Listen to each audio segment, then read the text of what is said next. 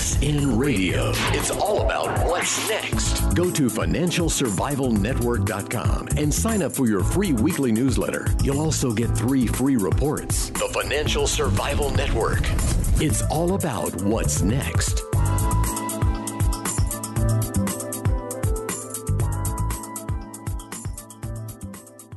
Welcome, and you are listening to the Financial Survival Network. This is Kerry Lutz, and hey, if you were listening to our Danielle Park interview the other day, you found out that none other than the endowment at Harvard University, MIT, and a host of other so-called reputable institutions have a hidden interest in payday lenders. And payday lenders, not my cup of tea for sure. There's a lot better ways of making an oversized return than that. And that's why we've got David C. Barnett back with us. Mentioned his book before. He's been with us, Invest Local.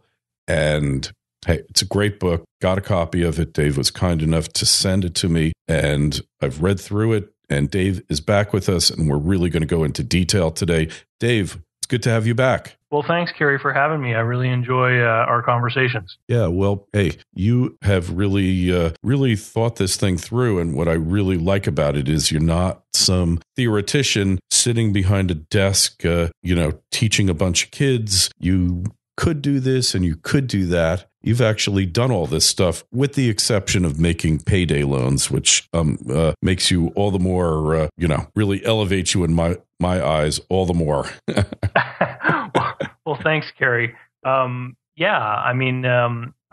been doing deals, what I call local investing deals or small private finance deals for a long time. And in my book, I created a term called wholesale investments, just to separate what I do from the world of retail investing. And it was funny in that Danielle Park interview, I heard the big institutions like the pension funds are trying to find a way to get good returns, and they're trying to find retail investments, different funds or stocks or whatever, to get those big returns.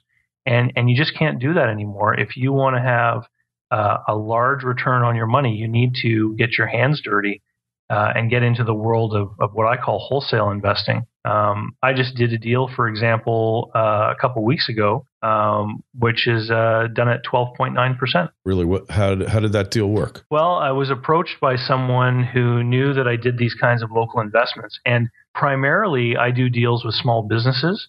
This was actually a consumer, an individual, and their problem was that they needed to get one of these CPAP breathing machines. And while they did have insurance, the insurance only covered a certain percentage up to a certain dollar value, and they needed an expensive machine. And so what I did is I sat down and I used the same methodology that I do with small businesses with them as people. And I looked at the money coming in and the money going out. And basically, I made a deal where I financed the balance of what they owed on the CPAP machine, as well as pay off one of the small balances on a credit card that they had, because my payment was going to be approximately what they were paying on the credit card. So my litmus test in doing loans is always that the deal has to have a positive impact on the cash flow of the borrower. That's critical for me. But the money that I hand over to someone has to be used in a way that puts them into a better spot. So they got the machine. We paid off this small credit card balance. It was like $2,000 or something. But they're going to pay me over the next little while, and it's going to be 12.9% return. Which you can't get from any savings account anywhere. And my loan is secured. They put up both personal guarantees as well as the CPAP machine as security. So I don't think they're missing my payment because they need that machine. Right, and you help them out as well, right? Well, exactly, and that feels good. And just yesterday, I actually got an email from a small business owner, someone who does surfaces like flooring and that type of thing. And they needed a grinding machine to help them with concrete surfaces. And they were renting a certain kind of machinery paying almost $500 a day, and they've been able to find one for about $5,000 that they can own. So that's a lease deal that I'm going to do. Again, the payment to me is going to be less than what they've been paying to the rental shop. So I'm going to be able to help these guys earn more money. I'm going to improve their business. And at the same time, I'm going to be earning, likely in this case, probably I'll do it at 14.9 or maybe 16.9%. Yeah, that sounds great. Yeah, there's nothing wrong with helping somebody get something that they need and turning a profit at it, right? Well, precisely. And, what a lot of people, I think, when they would consider making a direct loan or engaging in a lease financing deal with someone in their local community, they always think, this is somehow risky, right? Somehow I'm not going to get paid. And I've got to tell you, the first deal I ever did, I believe it was in 06 or 07. So I've been doing it for a few years now. I think there's only one deal that I ever participated in that I ended up losing money. And that was not one of these little deals. It was actually a real estate deal where I participated in a second mortgage on a house. My fingers kind of got burned. But on these little deals, like $3,000, $5,000, $7,000, I've always ended up getting paid. So there are a whole lot of business people who just cannot get their hands on capital to improve their businesses. And largely it's the acquisition of machinery or the financing of receivables. They get an opportunity to do more business, but they don't have the capital to basically finance their customers for the 30 days or whatever it happens to be in their industry. And so when I wrote the book as a sort of how-to, and I talked about the different kinds of deals out there, and I talked about how these deals should fit within your personal financial portfolio. So I talk about, asset classes and how you might choose to allocate sort of your fixed income money. And then at the end of the book, I talk about risk, and I talk about all the different types of risk that I've identified sort of in my own terminology, and how you would adjust each deal if you felt any one particular kind of risk was more apparent than another.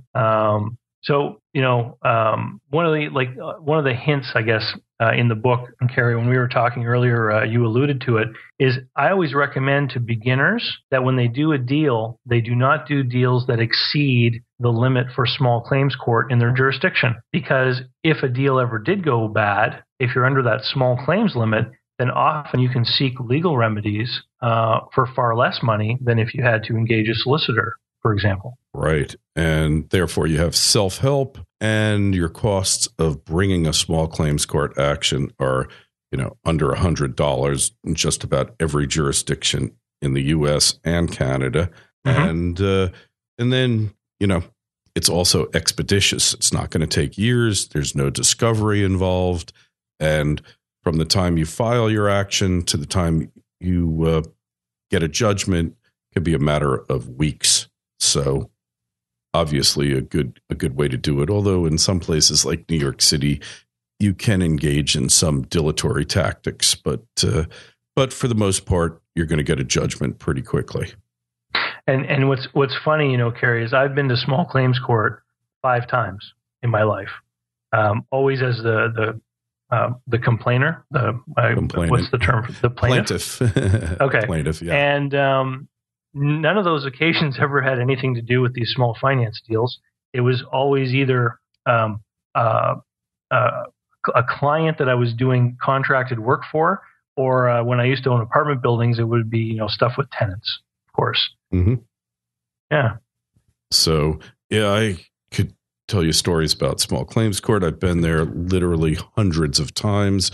I was actually an arbitrator in small claims court. Technically still am, but haven't been there in years. And it's quite an experience, and you will meet all types there.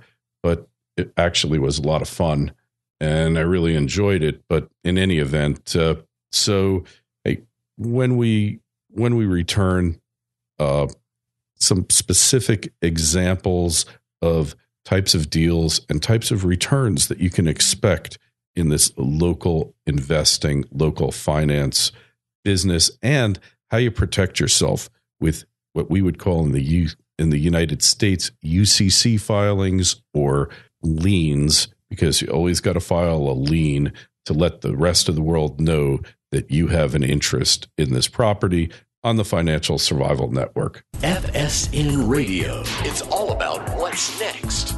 Every week the show is growing. Would you like to be a part of it? Then go to clubfsn.com and help support us with $1, $2, $5, or $10 a month and get a host of premium content with newsletters dropped into your mailbox, free books, private audio clips, webinars, and much more. Then join clubfsn.com. If you want to get ahead of the trend and ensure your family's financial security before it's too late, go to clubfsn.com and sign up. The Financial Survival Network.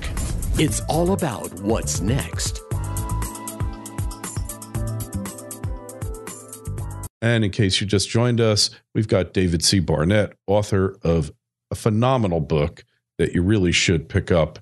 And David's going to have a special offer for those of you who've joined Club FSN to help support the show. It's called Invest Local, A Guide to Superior Investment Returns in Your Own Community. And I'm going to hook you up, David, with Charles Hughes Smith, who is a huge proponent of investing in your community, because this is a perfect way to do it. And so, David, tell us types of deals that you've invested in, and as far as filing liens, what we call UCC, which is Uniform Commercial Code financing statements. That's what you need to file to protect your lien in the property that you're financing, right? Yeah, and I'm in Canada, and here we call them PPSA filings. Same and difference. It's the same sort of thing. And so for example, I've done deals where I've financed mobile homes before, and when the mobile home was purchased, because it was a bigger ticket item, I had made sure that the purchase and sale was actually done by an attorney. So I delivered the money to the attorney with a letter of direction instructing him on how he could use the funds. And of course, one of the conditions was that the PPSA filing was completed, giving me a certain period of time of registration against the asset. For smaller deals, basically we use, in my jurisdiction, the services of a paralegal. And often it's less than $100. The access to the database is limited to certain qualified people. And where I live, paralegals and attorneys all have access to it. So that basically is it's like a big database of all the people out there and all the equipment and all the serial numbers. So I can go onto a website, for example, with vehicles, and I can type in the make, model, and VIN number. And I think the government here charges me $3 to do the inquiry. But then it'll come back to me with a lien on it. So, for example, if the car was financed at one time by, let's say, Honda Finance, it'll come back to me and say that there was a lien placed on the vehicle by Honda Finance with a certain amount of money on a certain date. And then I know that I need to contact them and check and make sure that the lien has been paid off before I consider financing that vehicle. Right. And works similarly here in the States with a little variations, but basically personal property, it all goes on file with the state, with the county, depending where it is. And it's a whole process that you need to go study up on before you go do this stuff, because it's not for the faint of heart, to say the least. And then the world knows that you have a lien pending on the property, right? And that's right.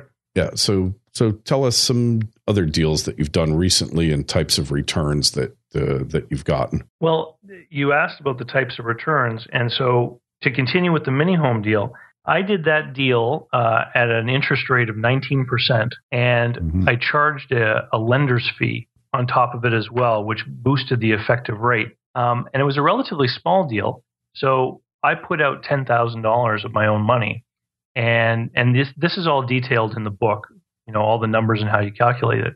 But I put out $10,000 of my own money, but the borrower owed me $11,000 because I charged a fee for doing the deal. What I then did, though, is I turned around and I borrowed $10,000 from a friend of mine. Because when you get into these small financing deals and you start telling people about them, you will run into people who think that it's cool and exciting that you do these deals, and they want access to higher rates of return, but they aren't necessarily interested in doing the deals themselves. So she owed me money. I turned around and I borrowed $9,000 from one of my friends at a substantially lower rate of interest. I basically started acting like a bank. She owed me money. I owed money to another guy. It's just like when you borrow money from a bank, the bank owes money to its depositors. Because of that sort of application of leverage, my rate of return on that deal went up to 150%. So, yeah, I mean, depending on how you want to structure these things, and there's a whole section in the book on leverage, several different ways I teach people on how you can set up leverage with differing degrees of riskiness associated with them. The least risky of which is simply selling equity in your deal to another person, because then even if the deal goes bad, they're still your partner in that note and in the pursuit of the debtor and all that kind of stuff. But I tried to make the book. One reader said to me, Dave, reading your book is like having a conversation with someone. It's not heavy on technical language. It's not like a textbook. I tried to make the book accessible to people of varying degrees of experience and education. You could, in fact, set up a deal where you had an infinite rate of return. The sky's literally the limit. Simply by doing a deal at one interest rate and then subsequently recapitalizing yourself through someone else at a lower rate. Mm-hmm. Yeah, sure. So you could also, I guess, borrow from the bank and loan it, I guess, like pawnbrokers kind of do, right? Yeah, you could. And I call that debt leverage. And the risk, of course, is that if your deal goes bad, you still owe the bank. Right. So that's why I like to involve individuals, because you can get individuals involved on a no recourse sort of arrangement. So in the mini home deal, for instance, I pledged my note as the collateral on the loan from my friend, and it was a no recourse deal. If I didn't pay him, he could repossess the note. Right. So ultimately, the collateral in the mini home stood as collateral for both deals, and as long as that mini home was there and held value, there was underlying collateral for the whole arrangement. But I think it's kind of a glimpse into what those Wall Street and London bankers try to do on a mass scale. Yeah, rehypothecation and such. Yeah, well, one day we'll all be sitting around and our money will be gone and we won't know where it went, and it's going to be an unfortunate day at that. But look, until that day happens and the musical chairs and the music stops and the music ends, we'll all have fun. So how do you get started is the question. Well, you can get started with, quite a modest amount of money. If you had $10,000 to invest, you could very easily get started and in fact, probably do 2 deals with 10 grand. You could get going with an even more modest sum if you wanted to. I don't recommend that people, put all of their money into this. I was looking for opportunities and ways to boost my overall portfolio returns by adding some creativity into a small portion of it. In the book, I give an example of if you put 80% of your money into CDs at a fixed low rate with no risk, and use 20% of your money to do deals like this, you can really boost your overall rate of return to a more reasonable level, like 6, 7, or 8%.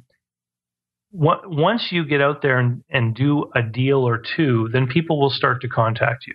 It's amazing how quickly word spreads, especially amongst entrepreneurs and small business people who have such a hard time obtaining capital. I don't do anything for publicity or advertising. I just wait. People contact me because they hear through the grapevine that I've done deals for other people. I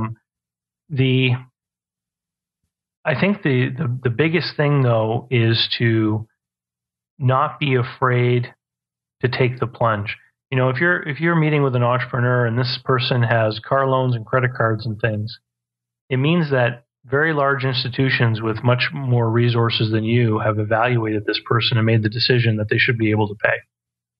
And if you follow the basic rules that I outline in the book, like making sure that your deal improves the cash flow of the borrower, I don't finance big screen TVs. I don't finance, motorcycles or toys. I finance things that improve the cash flow position of the borrower. And so what you're doing is you are putting capital into a business, and that entrepreneur is employing the capital to make an even greater return than what you're getting. And that's what you want, because if that person is making a profit and has a healthy business, that is what is going to determine whether or not you get paid. Makes total sense. And really the first thing that you need to do if you're going to get into this is buy Dave's book. And Dave has a special offer for you. Tell him the offer, Dave. Well, it's a special offer for all the people who are members of Club FSN, because I enjoy your program and I want to offer something to people who also support you, Kerry. So I'm going to be sharing a special link with Kerry that he's going to pass out to all the Club FSN members. We're going to offer 30% off the PDF ebook version.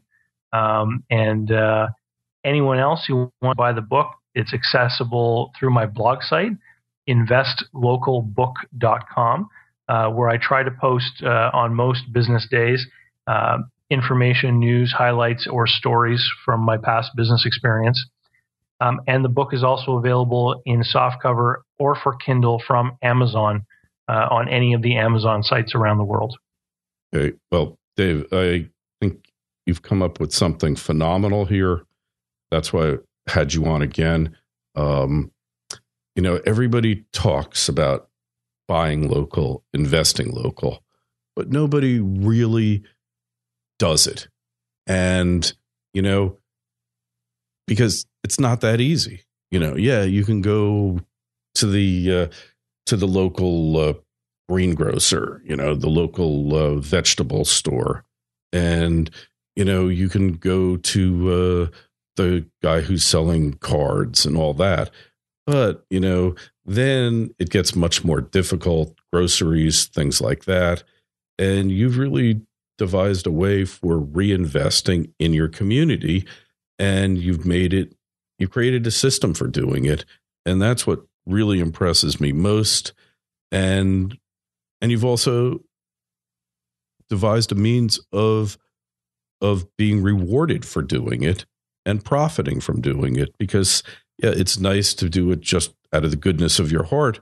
But if you make it profitable for people to do it, then they're much more apt to do it anyway. And that's why I'm going to hook you up with Charles Hughes Smith, because he's written a book about investing locally as well. And I know you two are going to really hit it off well. And look, go over to financialsurvivalnetwork.com. You'll find information about David over there as well. And don't forget to sign up for our newsletter and sign up for Club FSN as well, so you can get the discount on David's book. It'll more than make up for the payment. Put as much or as little as you want into supporting the site. There's no pressure. I'm not selling you anything. Don't forget, sign up for our free webinar on the 24th of this month, on the 24th of September at 9 p.m. It's going to be great.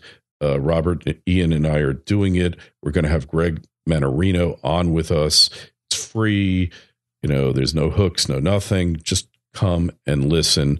You can ask questions as well. And we're going to have a great time doing it. And it's our first Liberty Mastermind webinar, and it's just going to be a good time. So anyway, David, thanks so much for coming on again. Thanks so much for the offer to the Club FSN members. You got some brilliant ideas here. And also it helps you reduce your dependency upon the banksters, and probably will save you some money as well, and reduce the need for payday loans in the process. So what could be better than that? So David, just give your site one more time, because it's already popped out of my mind. No problem. It's investlocalbook.com. And that's the blog site where we have an ongoing conversation about these types of deals. And, I encourage inquiries from people who've read my book. Excellent. All right, David, we will be talking with you again real soon. Thanks so much for being on. Thanks, Kerry. I appreciate it. FSN Radio. It's all about what's next. Go to financialsurvivalnetwork.com and sign up for your free weekly newsletter. You'll also get 3 free reports. The Financial Survival Network. It's all about what's next.